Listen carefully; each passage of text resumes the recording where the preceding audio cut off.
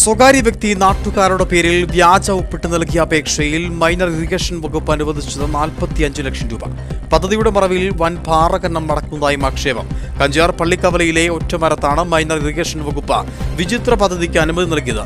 വ്യാജ ഒപ്പിട്ട് നൽകിയതിനെതിരെ നാട്ടുകാർ പരാതിയുമായി രംഗത്ത് വന്നു.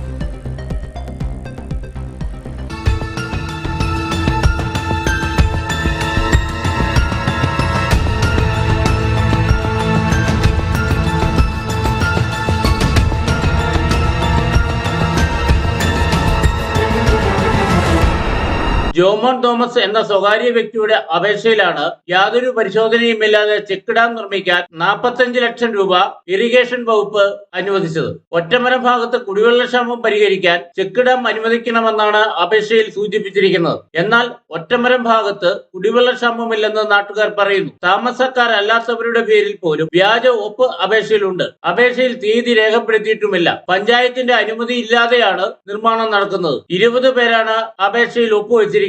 ഇതിൽ ഗുണഫലം ലഭിക്കുന്നവർ ഒഴികെ എല്ലാം വ്യാജ ഒപ്പാണെന്നാണ് ആരോപണം ഉയർന്നിരിക്കുന്നത്. അത് പഞ്ചായത്തിന്റെ തോട് പുറമ്പോക്കമാണ് ഇവർ കല്ല് പൊട്ടിക്കുന്നത്. അപ്പോൾ ഇവിടെ ഫിഷിംഗ് പോണ്ടാണോ സ്വിമ്മിംഗ് പൂളാണോ ചെക്ക് ഡാമാണോ എന്നാണെന്ന് അറിയത്തില്ല. ഈ നാട്ടിലുള്ളവരാരും പറഞ്ഞിട്ടില്ല. ഗുണഭോക്താക്കൾ ഞാൻ കട്ടപ്പന മൈനർ ഇറിഗേഷന്റെ എയുടെ ഓഫീസിൽ പോയി വിവരാവകാശം വെച്ച് അതിന്റെ അപേക്ഷകരെ എടുത്തു. ഈ പ്രദേശത്തുള്ള ആരും അതിന്റെ അപേക്ഷകരില്ല.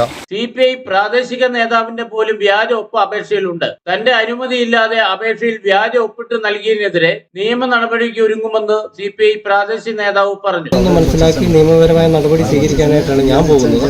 അതായത് എന്റെ പേര് അനാവശ്യമായിട്ട് എഴുതിയിട്ടുകൊണ്ട് ഒപ്പ് ഇട്ടിട്ടുണ്ട്. ഞാനല്ല ഒപ്പിട്ടിരിക്കുന്നത്. അതിനെക്കുറിച്ച് അന്വേഷിക്കാൻ ഞാൻ പരാതി കൊടുക്കാനായിട്ട് തീരുമാനിച്ചിരിക്കുകയാണ്. കടുത്ത ജലക്ഷാമം നേരിടുന്ന പ്രദേശങ്ങളിൽ ആരംഭിച്ച പദ്ധതികൾ പൂർത്തിയാക്കാൻ കഴിയാതെ മുടങ്ങിക്കിടക്കുമ്പോഴാണ് കുത്തക പാട്ടഭൂമിയിൽ ചെക്ക് ഡാം നിർമ്മിക്കുന്നത്. ഇത് ഉദ്യോഗസ്ഥരുടെയും ഭരണകക്ഷിയിലെ ചില പാർട്ടി പ്രവർത്തകരുടെയും അഴിമതിയാണെന്നാണ് ആരോപണം ഉയരുന്നത്. ചെക്ക് ഡാമിനെതിരെ കൂടുതൽ ആളുകൾ പരാതിയുമായി രംഗത്തെത്തുകയും 26 പേർ ഒപ്പിട്ട പരാതി കളക്ടർക്ക് നൽകുകയും ചെയ്തു. ഭൂമിയുടെ നിജസ്ഥിതി പരിശോധിക്കാനും ഫണ്ട് അനുവദിച്ചിലെ ക്രമക്കേട് അന്വേഷിക്കാനും കളക്ടർ ഉത്തരവായിട്ടുമുണ്ട്. നാട്ടുകാർ വിജിലൻസിനും പരാതി നൽകാൻ ഒരുങ്ങുകയാണ്. News bureau, Kattappana.